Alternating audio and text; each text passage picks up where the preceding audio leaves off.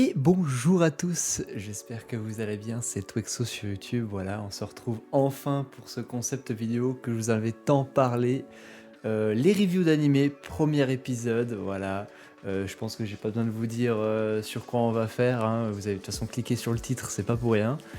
Avant tout, si jamais il y a quelques erreurs pendant ce premier épisode, je tiens à m'excuser. On va dire que c'est un peu un épisode pilote, histoire que je set up encore 2-3 trucs, quoi. Donc voilà. Si vous êtes ici, avant tout, c'est pour avoir ma petite critique sur cette saison 1 de Dan Dadan. Enfin voilà, donc je vais vous laisser avec une petite voix off qui va vous faire un petit résumé ou synopsis, c'est vous qui voyez, de l'œuvre, et on se retrouve juste après. Deux lycéens sont en désaccord. D'un côté, Momo Ayase croit aux fantômes mais pas aux extraterrestres, alors que son camarade Ken Takakura croit le contraire. Ils décident de parier pour déterminer qui a raison et partent visiter des lieux associés à l'occulte et au surnaturel chacun de son côté. Ils vont vite découvrir qu'aucun des deux n'a tort et qu'aussi bien les extraterrestres que les fantômes existent. Voilà, alors on se retrouve, voilà, j'espère que vous avez apprécié cette petite voix off qui vous a un peu mis dans le bain de l'œuvre. Je vais passer en revue quelques informations avant de donner ma critique. Tout d'abord, l'auteur ou mangaka Yukinobu Tatsu, si vous me voyez baisser la tête, c'est normal, j'ai toute ma lecture qui est en bas, hein, toutes les informations. Donc l'auteur ou mangaka qui est Yukinobu Tatsu, pour la petite information, l'anecdote gratuite aussi, ça a été un assistant qui a bossé sur l'œuvre Chainsaw Man avec Tatsuki Fujimoto et Hell's Paradise. J'ai plus le nom de l'auteur de Hell's Paradise, mais il a bossé sur les deux œuvres. Et de ce que j'ai pu trouver comme information, il a voulu tout d'abord terminer de bosser sur ces deux œuvres, de ce qu'on lui avait donné en fait à faire, pour ensuite créer la sienne, du coup, que vous voyez derrière moi, qui est Dan Dadan saison 1. Dan Dadan, pardon, excusez-moi.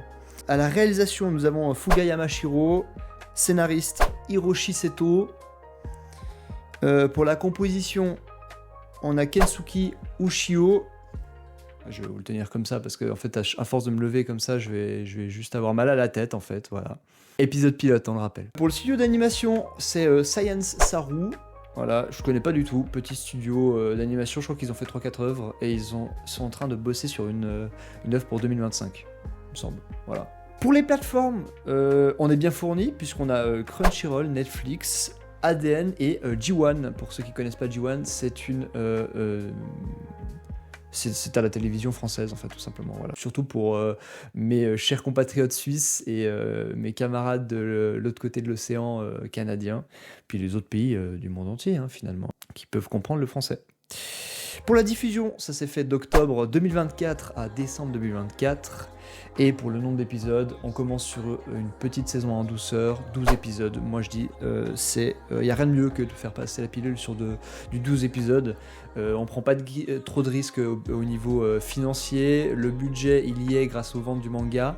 Mais du coup, pour l'animation, c'est super. Voilà, Science Saru, voilà, je suis assez satisfait de ce qu'ils ont pu produire en tout cas. Je vous donne déjà un préavis.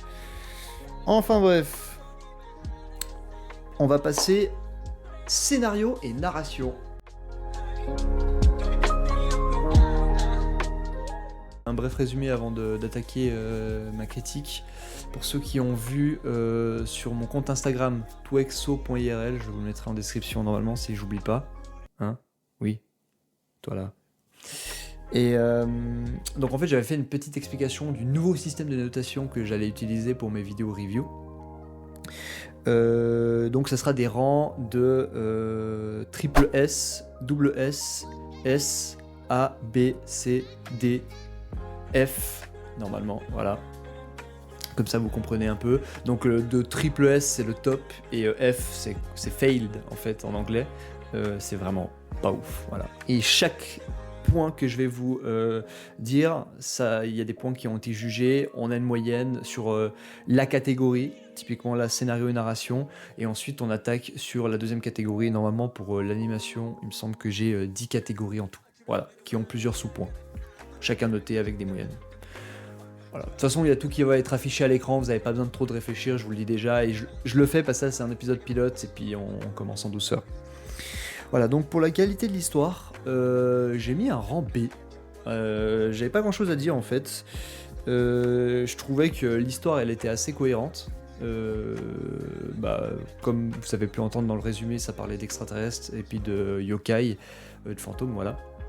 C'est pas des thèmes qui, je trouve, me sortent de ce que j'ai pu déjà voir dans les œuvres d'animation japonaises. On parle beaucoup de yokai, vu que forcément c'est dans leur tradition, dans leur religion, c'est un peu partout finalement. Mais c'est pas non plus une mauvaise note, finalement c'est une note bien. C'est un bien, on peut le comparer à un bien. Voilà, donc qualité de l'histoire, rang B, j'ai pas grand chose à dire là-dessus. Ça file droit en fait, on comprend assez vite les choses, ça se débloque, donc pour ça, B. Pour le rythme, B+. J'ai vraiment hésité à mettre du A. D'ailleurs, ouais, j'ai oublié de préciser pour ça. Il y aura des plus et des moins. Hein. Je pense que vous avez pu voir aussi sur mon nouveau système de notation. Je reviens encore un peu dessus. Ça veut dire qu'en fait, il y a eu assez de points pour passer juste au-dessus de la barre du B. Mais ça vaut pas le coup de mettre un A dessus. Voilà, c'est un système de notation un peu à l'américaine, quoi. Enfin, c'est complètement à l'américaine, d'ailleurs.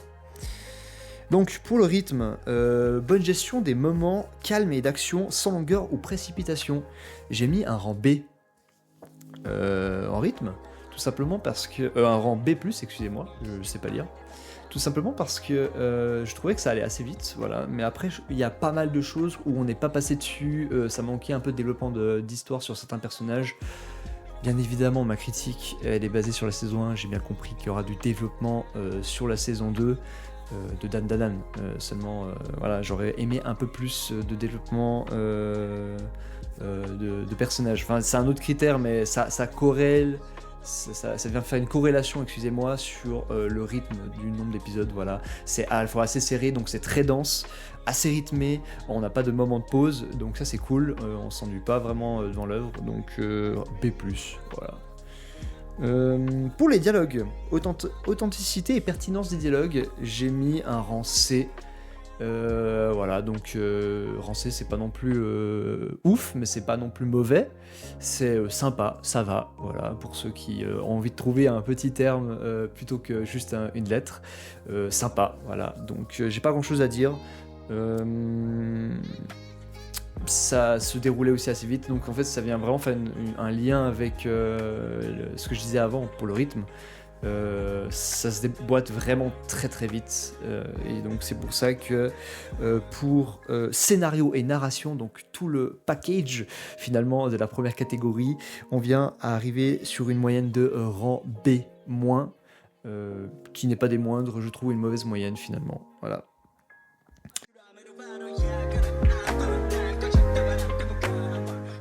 Je vais un peu plus trancher là-dessus. Donc, premier point, développement. Profondeur des personnages principaux et secondaires et leur évolution. J'ai mis un rang B, voilà, je sais que ça fait 14 fois que je dis rang B.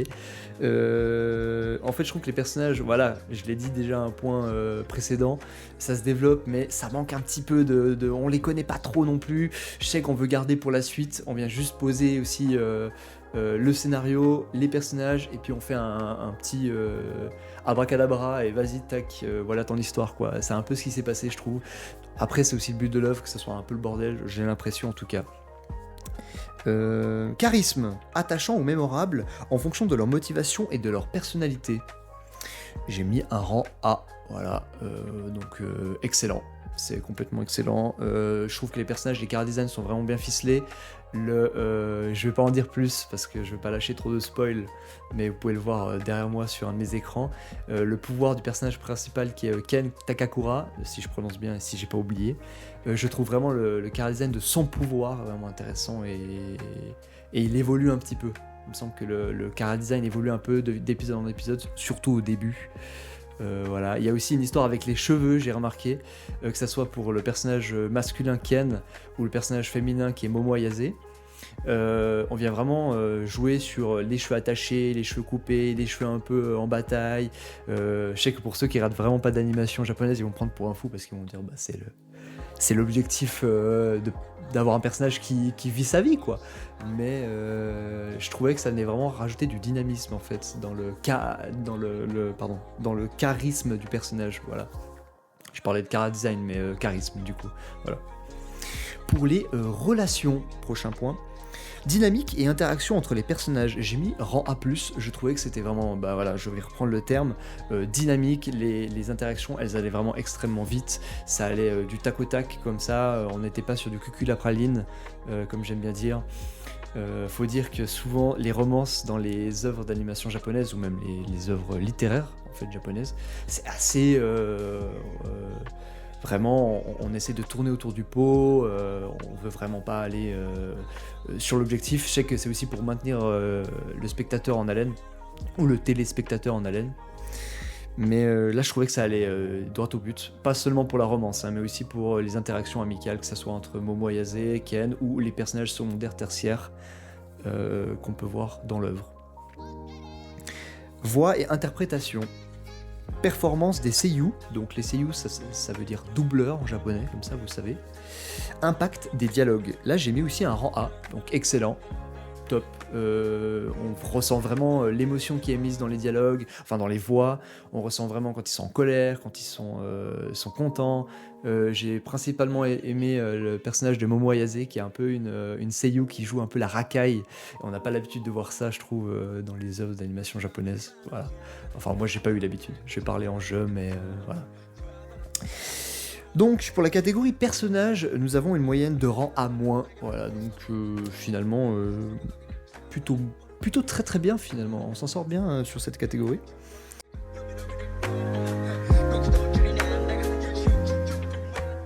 Animation et direction artistique. Premier point, qualité visuelle, fluidité et précision des animations, scènes d'action, etc. Là j'ai mis un rang A+, voilà. J'ai hésité à mettre un rang S parce que j'ai trouvé que visuellement c'était beau, voilà. Le jeu de couleurs, il y a certains épisodes ça jouait vraiment sur les flashbacks, il y a eu aussi, il y a vraiment je vais pas en revenir dessus parce qu'il y a un point plus tard qui va venir, mais aussi par rapport à l'opening, je pense que certains ont pu voir l'opening qui est mémorable tout simplement, mais il y a aussi un bon jeu de couleurs dans l'opening, voilà. Je vais me répéter vraiment, mais pour le coup j'ai bien aimé ce qui s'est fait là-dessus.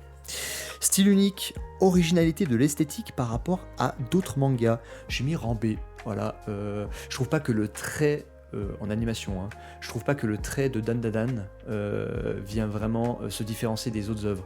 Je sais qu'il y en a certains qui vont pas être d'accord dans les commentaires. D'ailleurs, n'hésitez pas dans les commentaires à donner votre avis, hein, même si c'est un avis peut-être un peu plus petit, plus condensé. Je n'hésiterai pas à lire tous vos commentaires. En tout cas, c'est ce que je fais et j'adore vous lire. Donc voilà, style unique, c'était la catégorie, excusez-moi, le point, pardon.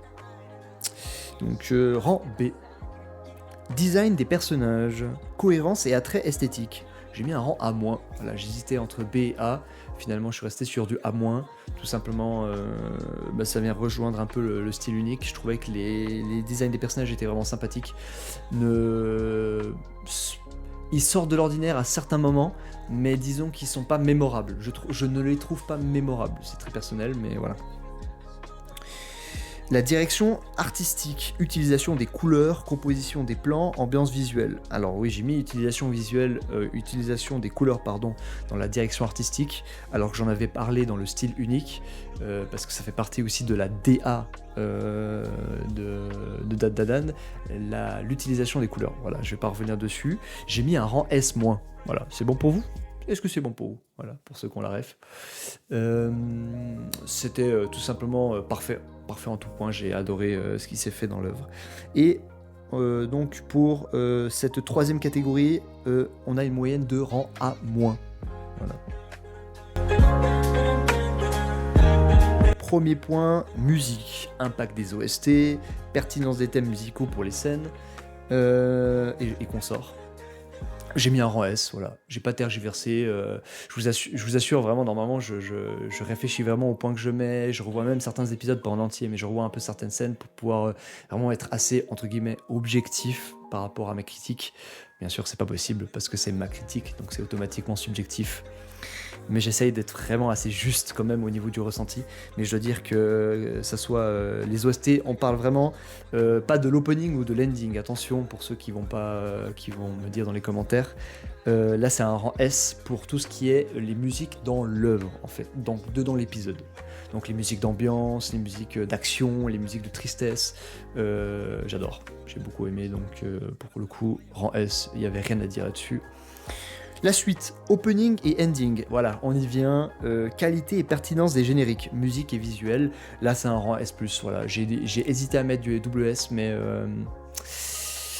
voilà, je suis resté à S+, tout simplement parce que l'opening surtout, je pense qu'on va pas revenir dessus, mais je n'ai plus le nom du groupe, mais je sais que c'est le groupe musical qui fait Dan Da Dan, c'est celui qui fait l'opening de Mashle saison 2, si je ne dis pas de bêtises.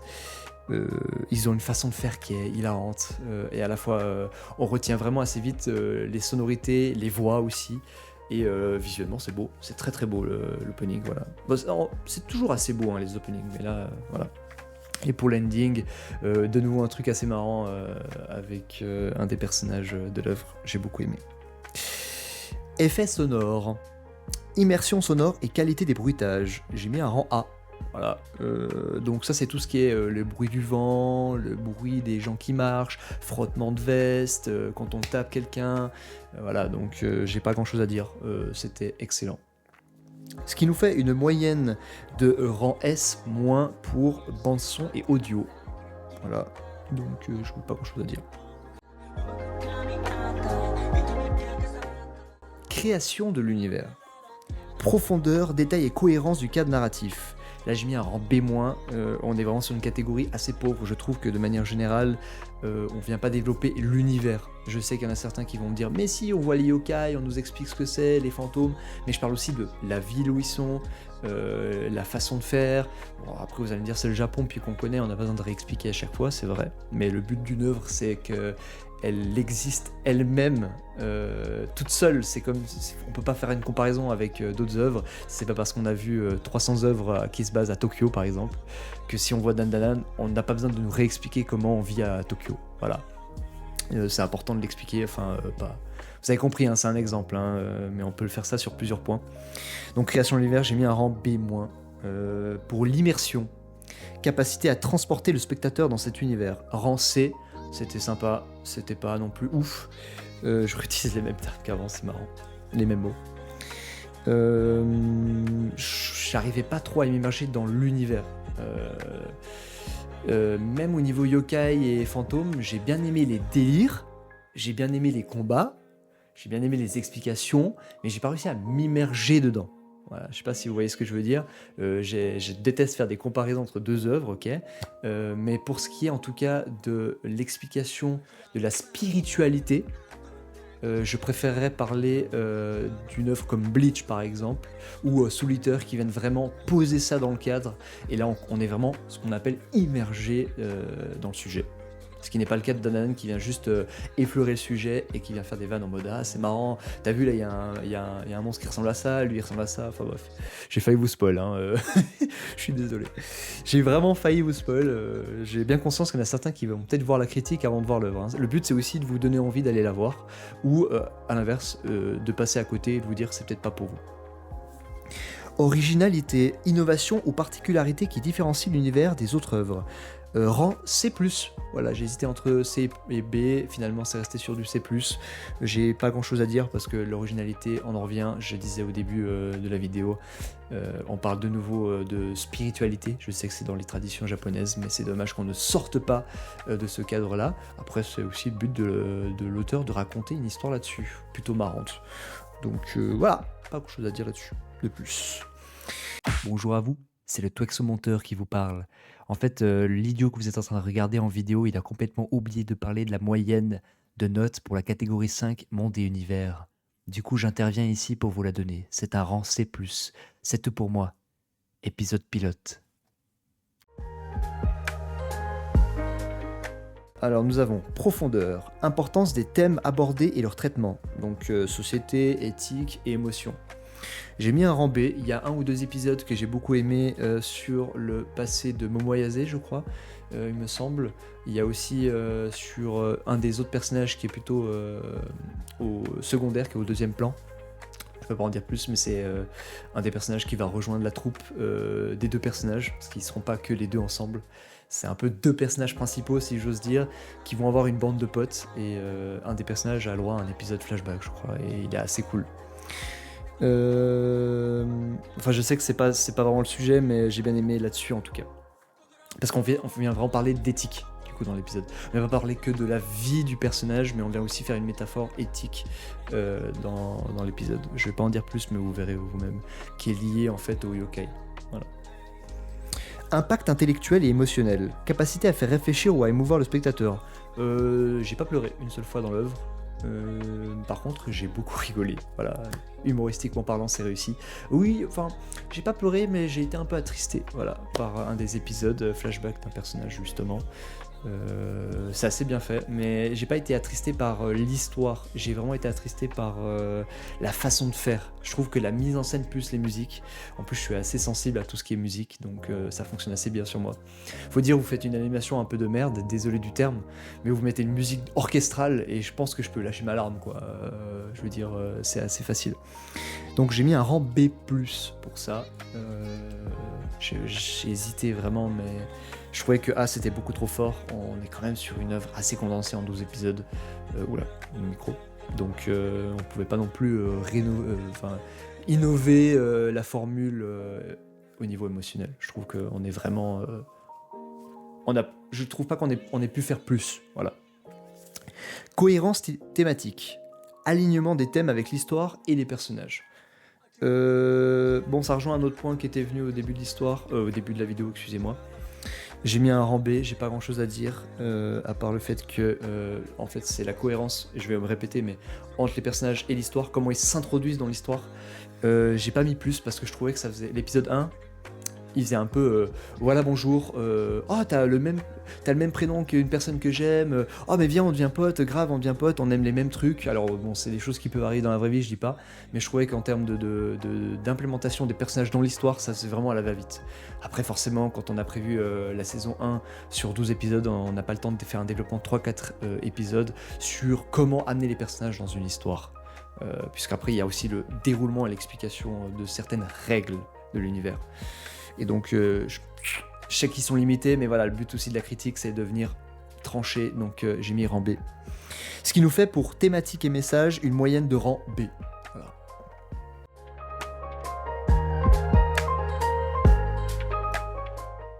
Immersion émotionnelle, si l'animé parvient à toucher le spectateur, donc rire, larmes, excitation. J'ai mis un rang A, voilà, donc j'ai plus ri qu'autre chose, il n'y a pas eu de larmes du tout. J'ai beaucoup été excité aussi, certains combats sont assez cool, les chorégraphies des combats sont vraiment stylées. J'utilise des termes d'enfant quand je dis ça, mais vraiment, j'étais un peu comme un petit enfant en mode waouh, trop cool. Et voilà. Moment marquant, scène ou épisode mémorable, rang B+.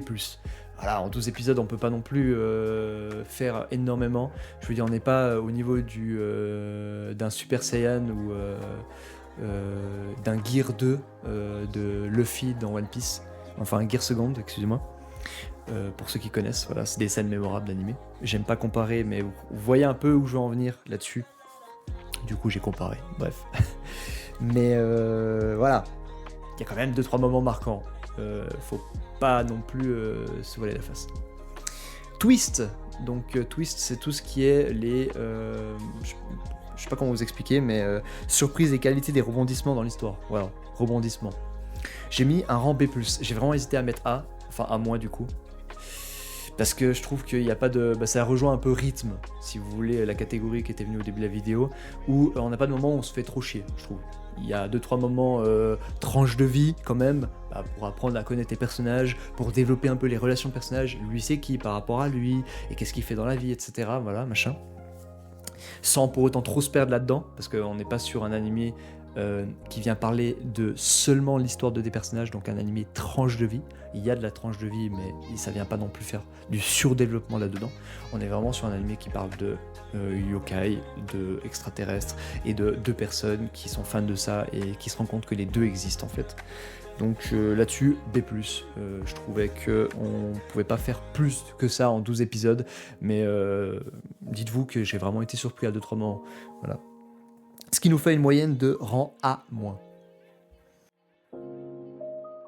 Direction. Capacité du réalisateur à sublimer l'histoire à travers les visuels et le rythme. Rang A. Voilà, j'ai pas grand chose à dire là-dessus. Je trouvais que justement, il n'y a pas énormément dans l'histoire. C'est pas une histoire qui va venir. Comment vous expliquer ça ? C'est pas une histoire premium, quoi. On n'est pas sur une histoire. On regarde pas Dan Dan pour l'histoire en soi. Voilà, c'est ça que j'ai envie de dire. Je perdais mes mots. Mais je trouve que la direction, même artistique, même si c'est pas le même point, vient vraiment sublimer, vient vraiment mettre en valeur cette histoire assez pauvre, entre guillemets, je trouve. Montage. Bonne transition entre les scènes, absence de confusion, de lenteur inutile. Ça rejoint un rythme, donc là j'ai mis un rang A+, il n'y a pas grand chose à dire. Il n'y a pas de moment où on se fait chier, je trouve qu'il y a des transitions. Il y a... Ça aurait pu avoir un S, clairement, je vous le dis. Moi, je sais que je peux en étonner certains là-dessus, mais il y a 1 ou 2 épisodes, j'ai eu un petit hic, mais c'est vraiment pour faire caquer, quoi. Sinon, c'est excellent en tout point. Il y a vraiment 2-3 épisodes où on se dit « Ah, genre, ça aurait mérité un petit peu plus de développement là-dessus ou quoi », mais on veut toujours casser le rythme, et voilà. Mais ça m'a pas plus dérangé que ça, hein. C'est juste que ça aurait peut-être chopé un S. Dramaturgie, gestion des moments de tension, de relâchement et de climax. Rang A-, littéralement. Pourquoi ? Alors climax, c'est tout ce qui est fin d'épisode par exemple, ou tout ce qui est une fin d'une discussion, fin d'un mini-arc, parce qu'en 12 épisodes on peut pas parler de gros arcs, hein, c'est des arcs de 1 ou 2 épisodes, ça dépend, et ils sont surtout, ces arcs sont surtout basés sur un combat de boss par exemple. Ce boss, il faut l'affronter, ça prend 1 ou 2 épisodes, voilà, on est sur un arc. Avec un objectif à chaque fois. Même s'il y a un objectif global qui surplombe un peu l'œuvre. Hein. Mais du coup, dans tout ce que je viens de dire, la dramaturgie, je trouve qu'elle va par-ci par-là. On la retrouve quand même assez souvent. Ça rejoint un peu le point d'avant, montage. Je trouve que les deux vont assez ensemble. Vous êtes là, tranquille, puis un truc qui arrive. Et c'est quelque chose qui peut être soit dramatique, soit humoristique, ou quelque chose de très triste. Et on est assez vite surpris, je trouve. Donc c'est pour ça que je viens mettre un rang A-. Ce qui nous fait une moyenne de rang A.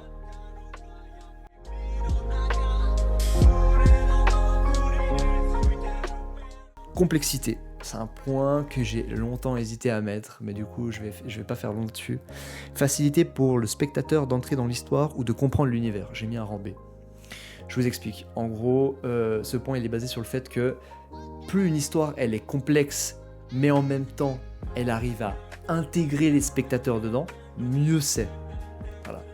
Je sais que le mot complexe et le mot facilité, ça peut ne pas aller de mise, mais il faut bien comprendre qu'on peut parler d'une histoire à la fois vraiment bien ficelée, ok, et une entrée où on nous accueille à bras ouverts en disant « mais les débutants, vous pouvez venir comprendre l'histoire, de toute façon on vous explique assez bien et on va vous introduire à cette histoire qui est complexe, mais vous allez faire un bout de chemin avec nous. » Voilà, c'est un peu comme ça que je le vois. Là j'ai mis un rang B.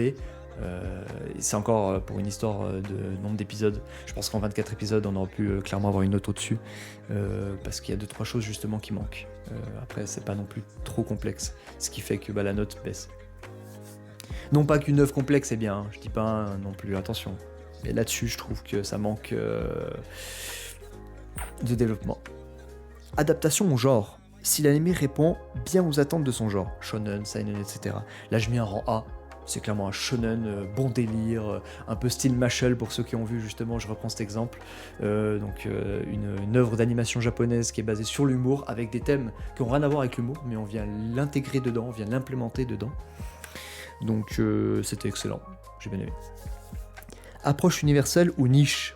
Pertinence pour un large public ou pour des fans avertis. Là j'ai mis un rang C. Là aussi c'est un point qui est assez flou.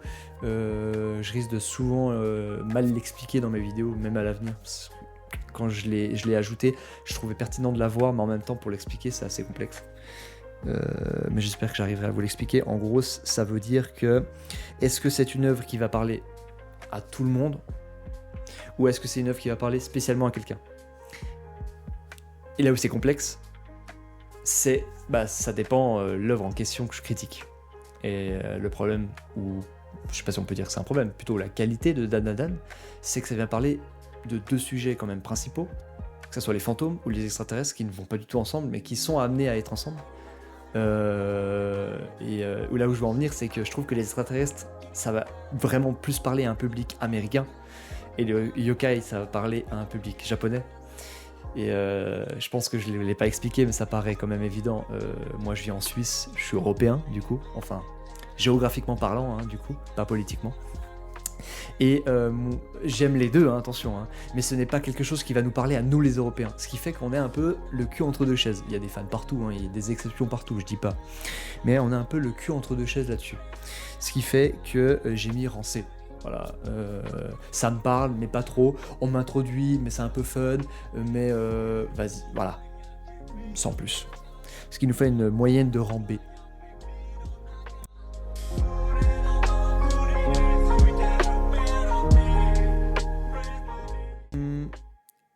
Cliffhanger, donc c'est tout ce qui est fin de saison actuelle. J'ai mis un rang B-. Gestion des arcs et des attentes pour la suite. B-. Voilà. Le 12e épisode, il est à la fois cool parce qu'on sait où ça va aller dans l'épisode 1. Je pense pas qu'on va repartir sur un épisode qui va résumer la saison 1. Ça paraît peut-être pas évident pour ceux qui en regardent pas des animations japonaises ou qui ne sont pas habitués à ce que je vais dire, mais on a souvent pour habitude sur une suite de saisons, que ce soit saison 2, 3, 4, peu importe, excusez-moi, de faire un épisode récap. Et quand les épisodes sortent une fois par semaine, donc de manière hebdomadaire, c'est assez pénible de « Ah, t'es tout content, tu veux regarder ton épisode et t'as un épisode récap ». Donc là où je veux en venir, c'est que le dernier épisode de Dan Dan Dan, de la saison 1, normalement, vu comment il finit, je peux pas vous spoil, mais il devrait pas avoir d'épisode récap. Je trouverais ça illogique. Ou alors un mini récap de 2 minutes, juste après l'opening, en très rapide, peut-être de manière humoristique, peut-être ça sera fait, j'en sais rien. Histoire de remettre un peu au jus les personnes qui ont vu la saison 1 mais qui ont un peu oublié de quoi ça parle. Mais je crois qu'elle a été annoncée en plus la saison 2 pour cette année ou l'année prochaine, je sais plus. Je me suis pas informé pour ça, mais je crois qu'elle va sortir assez vite. Donc on devrait avoir encore les idées claires quand la saison 2 sortira. Donc j'ai mis un rang B-. Parce que ça a coupé au milieu d'une action. Je vais pas parler qu'est-ce que c'est. Et moi, c'est pas le genre de choses que je kiffe, voilà. Même si j'ai hâte pour la suite. Du coup, B-. Satisfaction générale. Là, c'est un point qui est assez spécifique. C'est mon jugement sur tous les points que vous venez d'entendre dans la vidéo. Mais juste, je le sors comme ça. Je donne une note comme ça, au ressenti, direct. Quand je finis l'œuvre, je donne ça. L'impact global de l'animé sur le spectateur, donc sur moi. Là, j'ai mis rang A-. J'ai hésité à mettre un rang A, normal. Il n'y a pas une grande différence entre les deux, je vous dirais. Faut pas le prendre mal, hein. Je sais qu'il y en a certains qui vont dire putain, il a presque mis un B et tout, alors que Dan Dan Dan c'est un banger. Et je vous vois les tutos, ça. Je suis pas sur Twitter, mais je vous vois. Attention, hein. Enfin, sur X, pardon, excusez-moi. J'ai pas de problème. Mais rang A-, voilà. Je trouvais que l'œuvre, elle était excellente. Peu excellente. Je sais pas comment on peut verbaliser ça, ma note, mais je dirais qu'elle est à peu près excellente. Voilà. Dans sa manière d'être. Hein. Donc finalement, c'est une œuvre de type humoristique principalement, qui vient aborder certains sujets. Et je trouve que dans son humour, elle est excellente. Voilà. Comme ça, si jamais il y en a certains qui vont me dire il y a bien mieux, et je comprends pas pourquoi tu as mis cette note, peut-être que là ils comprendront mon ressenti. Ce qui fait une moyenne sur cette dernière catégorie d'un rang B. Et le total, du coup, on comprend aussi ma note au ressenti. Là, c'est le total de toutes les notes que vous venez d'entendre. Ça nous fait un rang A-. Donc finalement, mon ressenti personnel et toutes les catégories ensemble se coïncident. Je sais que c'est peut-être pas logique pour ceux qui regardent la vidéo, ils vont se dire si c'est toi qui donnes les notes, forcément ça va donner la même note, sauf que je pense que vous avez bien entendu, ça fait passer 30 minutes que je suis en train de vous parler de tous les points, et vous pensez bien que j'ai pas la mémoire de me dire si je mets une note là, ça va faire ça, et si je fais ça, ça me fait une moyenne de ça. Non, pas du tout. Je vous ai dit, le rang A- sur la satisfaction générale, enfin personnelle du coup, je l'ai mis, c'est la première note que je mets quand je finis une œuvre, justement pour éviter de me biaiser moi-même, et ensuite je mets le reste, même si elles sont subjectives. Du coup, je suis assez satisfait d'avoir eu la même impression que ce que ça peut donner au global. Donc, rang A- pour Dan Dan Dan saison 1. Enfin bref, j'ai assez parlé pour aujourd'hui. J'espère que vous avez apprécié cette première review d'animé. C'est un épisode un peu pilote, il y a beaucoup de choses qui vont pas aller, je suis un peu au courant. Le cadrage, la luminosité, j'ai malheureusement pas assez de stuff de qualité pour vous mettre dans un meilleur cadre, mais j'espère que vous avez pu regarder confortablement cette vidéo chez vous, que ça soit chez vous, au travail ou dehors avec des amis, peu importe. Que mon avis constructif a pu vous aider à regarder oui ou non l'œuvre. Voilà, il y a aussi un manga hein, pour ceux qui s'intéressent. Moi je parle que de l'animé là, mais il y a un manga bien sûr à côté avec des tomes reliés qui sortent tous les 2-3 mois je crois. Ouais, je vais pas parler pour parler, mais il me semble que c'est ça. Donc qu'est-ce que j'ai à dire encore? N'hésitez pas à lâcher un petit pouce qui pointe vers le ciel, parce que ils sont bien meilleurs que les pouces qui pointent vers le bas, on est d'accord ou pas? Bien sûr qu'on est d'accord. Voilà, après c'est personnel hein. Encore une fois, comme ma critique, si vous voulez mettre votre propre commentaire qui n'a rien à voir avec ma critique, vous êtes les bienvenus.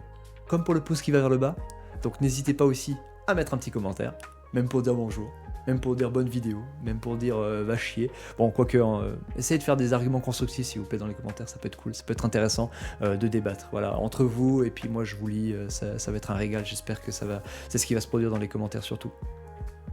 Pour les informations concernant les futures vidéos, n'hésitez pas à aller sur mon compte Instagram touexo.irl, je le mettrai là si j'oublie pas au montage. Oui, toi Théo monteur, je t'oublie pas. C'est là-bas que tout se passe. Normalement, il y aura un condensé de ma review d'animé sur mon compte Instagram pour ceux qui le souhaitent. Donc avec juste les notes, pas mon avis. Voilà, peut-être que je ferai aussi des YouTube Shorts pour faire un très bref. Je sais qu'il y en a qui aiment le contenu long. Donc là, on est sur une vidéo qui dure un peu plus de 35 minutes maintenant. Et il y en a qui aiment manger du contenu rapide, un peu fast-food comme j'aime bien dire. Donc je ferai des deux. Ça prendra un peu plus de temps forcément puisqu'il faut que cette vidéo fonctionne quand même. Je ne vais pas la monter. Et puis juste vous sortir les YouTube Shorts parce que je sais que majoritairement vous allez aller dessus sur les YouTube Shorts ou sur mon compte Instagram.